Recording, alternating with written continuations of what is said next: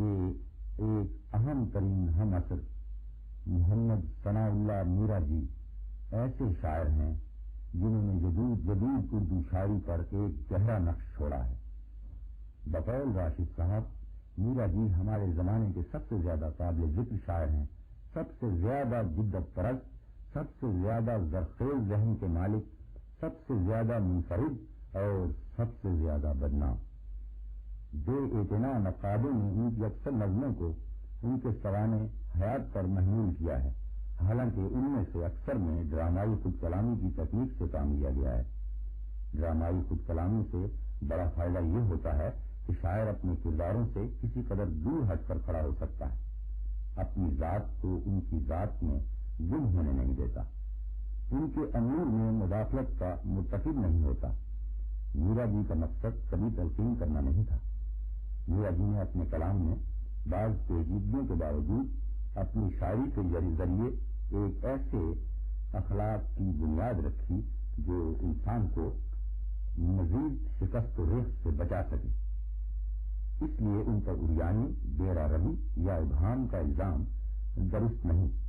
बकौल मीरा जी, बहुत से लोग ये समझते हैं कि मैं सिर्फ मुद्दम बात कहने का आदी हूं, लेकिन जरा सा तफक्कुर उन्हें समझा सकता है कि बहुत सी और बातों की तरह उभाम भी एक इजाफी तस्वुर है, और फिर जिंदगी भी एक गुलका है, एक भूल भुलैया, एक पहेली। इससे न बूझ सके तो हम जिंदा नहीं मुर्दा हैं। मीरा जी एक आला दर्जे के नक्काद भी थे और गीत और गजल कहने में भी उनका अहम हिस्सा है। उनकी ये गजल देखिए, हिंदी बहर में इस देश की नर्म, सुबुक, सौती नुमाइंदगी लफ्ज मौसीकी में ढलकर एक ऐसा गीत नुमा तासुर पेश करते हैं जिसे सुनते ही दिल धड़कने लगता है। नगरी नगरी फिरा मुसाफिर, घर का रास्ता भूल गया, क्या है तेरा क्या है मेरा, अपना पराया भूल गया।